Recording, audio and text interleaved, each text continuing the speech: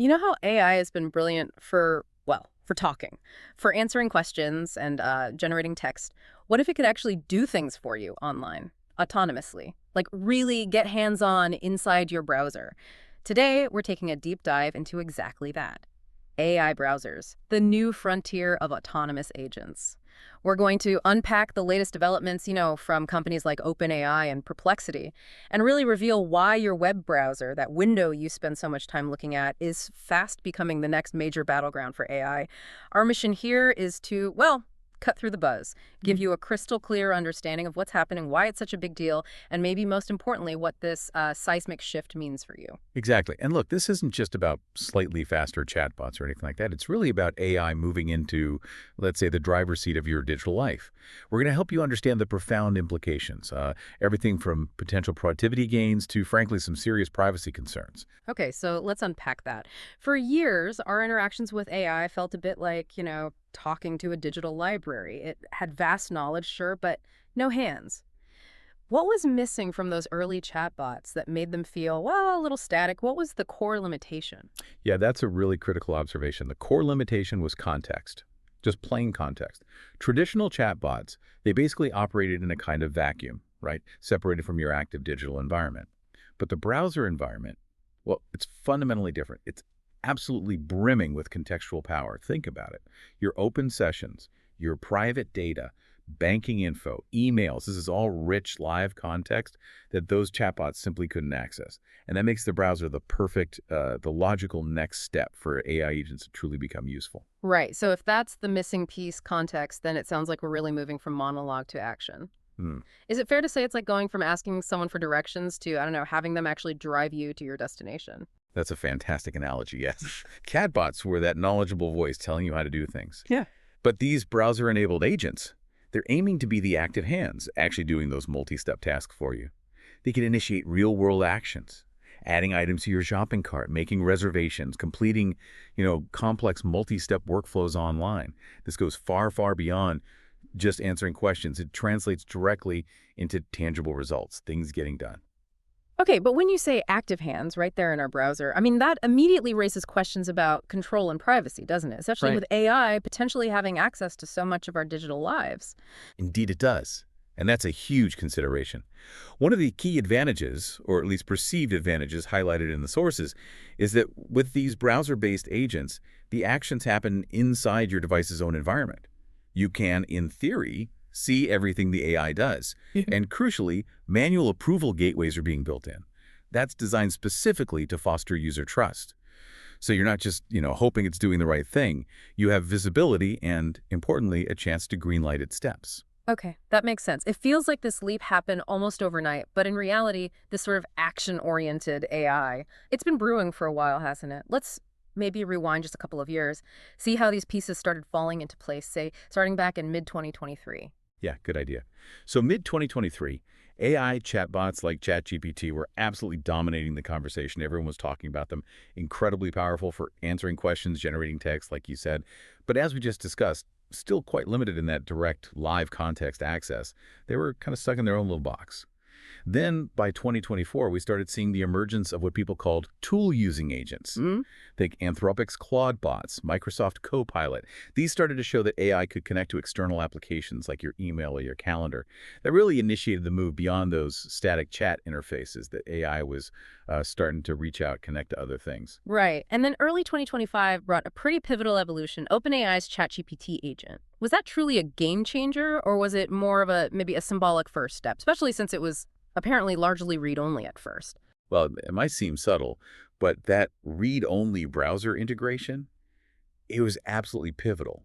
Imagine trying to learn to walk by only observing others. This agent was finally stepping into the real digital world, even if it could only really see or read at first. It validated the core concept, AI operating directly within the browser. It proved that the web could actually be its playground, a fundamental shift. Okay. And then came a pretty big launch relatively recently in July 2025. Perplexity Comet? What makes that one stand out in this evolving landscape? Right, Perplexity Comet. So they rolled out Comet, which is a Chromium-based browser. That means it runs on the same core tech as Google Chrome, which most people use. But it has this integrated AI sidecar. You can sort of imagine that sidecar as a smart co-pilot built right into your browser, observing, learning, and potentially acting alongside you. The system, Comet, is designed to log into your accounts, summarize web content, and perform complex tasks, everything from shopping to booking flights. Though it's important to note, it's still in an invite-only beta phase right now, so early days. Early days, but definitely making waves. Beyond OpenAI and Perplexity, what are the other major players doing? It really sounds like a full-on race is developing here. Oh, it definitely feels like a sprint. Yeah. Insider reports suggest OpenAI is preparing its own full-blown browser now, moving beyond just integrating an agent into ChatGPT. And then you have the browser company. They're experimenting with something called Daya, and they're explicitly designing AI natively into the browser from the ground up. It's not an add-on, it's core. These AI-first browsers, they're envisioned with these built-in assistants capable of doing integrated shopping, drafting documents, summarizing pages, all directly within the browser experience itself. Wow. Okay, so with all this fierce competition heating up, what are these leading firms actually saying about their approach? What's their core philosophy driving this push into the browser? It's interesting to see the different angles. OpenAI, for instance, they built a custom model they call Operator, specifically for handling these multi-step browser tasks. And they're heavily emphasizing safety, particularly through those required manual approvals we mentioned. Perplexity's CEO, Aravind Srinivas, he's been quite vocal. He basically states that browsers are absolutely essential for truly autonomous agents.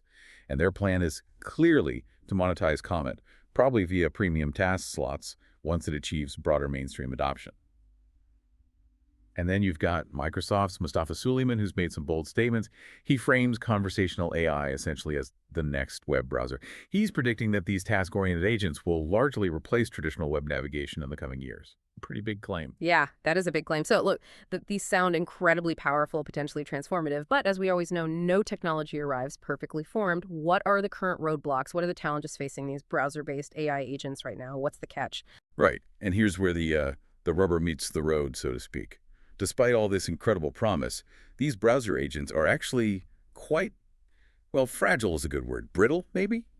Performance and reliability are still significant issues. For example, early reports on ChatGPT agents showed it could take, 50 minutes or more to perform what seemed like relatively simple tasks. And both agents, Comet included, apparently often either fail outright or, let's say, exaggerate their capabilities in demos compared to real-world use, the perfect agent that just works every time. That's still very much a distant horizon. Okay, so reliability is an issue. And I imagine all this deep access powering these complex reasoning models and systems, that doesn't come cheap, right? There must be a considerable cost involved. Absolutely. You've nailed it. These agents require incredibly expensive, powerful reasoning models to operate effectively. And for now, access is primarily limited to high-tier subscriptions. This isn't a free-for-all technology that you can just, pick up and use instantly without paying. The cost barrier is real. And probably the biggest one for many people, given their deep access to potentially sensitive information within our browsers. Security has got to be a monumental concern, surely. I mean, this isn't just about an AI getting an answer wrong anymore. It's about it potentially accessing or mishandling our most private data. You've hit on probably the critical point, yes. Yeah. Browsing agents, if not designed and secured meticulously, can unintentionally expose credentials or execute unintended actions. There are already academic studies out there outlining specific risks, like prompt injection. That's basically when a malicious user tries to trick the AI into doing bad things by subtly manipulating its instructions. And also potential credential leaks, where the AI might accidentally reveal your login details in some way. These are very, very serious concerns that demand robust solutions as this technology matures. It's not something to be taken lightly. Definitely not. So, okay, bringing it back to our listener. For you listening now, what does all this mean for your daily digital life? What's the real trade-off here between these, frankly, exciting potential benefits and the very real current challenges and risks? It's definitely a balancing act right now. On one hand, the benefits are clear and quite compelling. You've got practical automation of tedious tasks, significantly streamlined workflows, potentially much less app switching and tab juggling. Think about the sheer number of tabs you probably have open right now, or the repetitive things you do online every day. Early adopters, those in the betas, are already reporting some major productivity wins by having these agents literally, quote, take control of their browser for specific tasks. But, and it's a big but, on the other hand, you are facing that unreliable performance we talked about, things not always working. You're facing high costs and subscription barriers, at least for now. and you're facing significant security and data exposure risks that haven't been fully solved yet. So caution remains really important. Awareness of the current brittleness, as we called it, of these tools is key. They're powerful, yes, but they're not infallible. And you absolutely need to be aware of the inherent risk right now. That's a really important point. So, looking beyond the current landscape, then, if we zoom out again to the bigger picture, what's the future outlook? What could this agent-centric web, as some are calling it, really look like? How might our online world fundamentally change? Well, the trajectory seems pretty clear. We're likely to see increased agent access over time. AI agents gaining even deeper browser integration.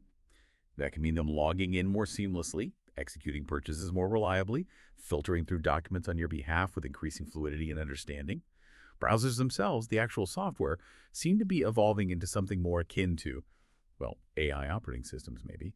Platforms supporting highly personalized, context-aware agents that almost anticipate your needs before you even articulate them.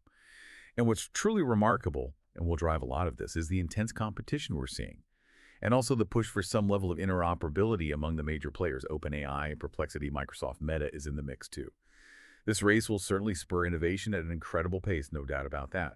But it will also absolutely intensify the ongoing debates around security, privacy, and data control. We'll need better solutions faster. Okay, so wrapping this up then, what does this all really mean? Our deep dive today into AI browsers, the new frontier of autonomous agents, seems to show a really critical leap, maybe even a paradigm shift in AI's evolution. I think that's right. The shift from AI as a passive responder. Mhm. Your typical chatbot waiting for a question to AI as a proactive helper that can actually do things for you. Yeah. Using the rich context within your browser, that feels foundational.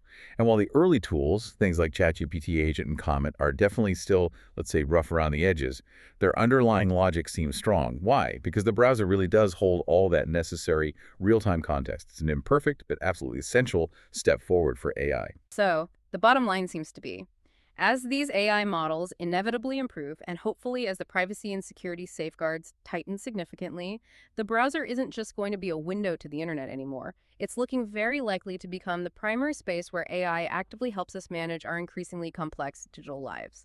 Which leads us to a final thought for you, our listener, to maybe chew on. Consider this. If your browser effectively becomes an AI operating system, managing many of your daily online tasks, how will that fundamentally reshape your relationship with digital privacy and perhaps even the very concept of online autonomy itself? What does it mean when your window onto the web starts acting for you?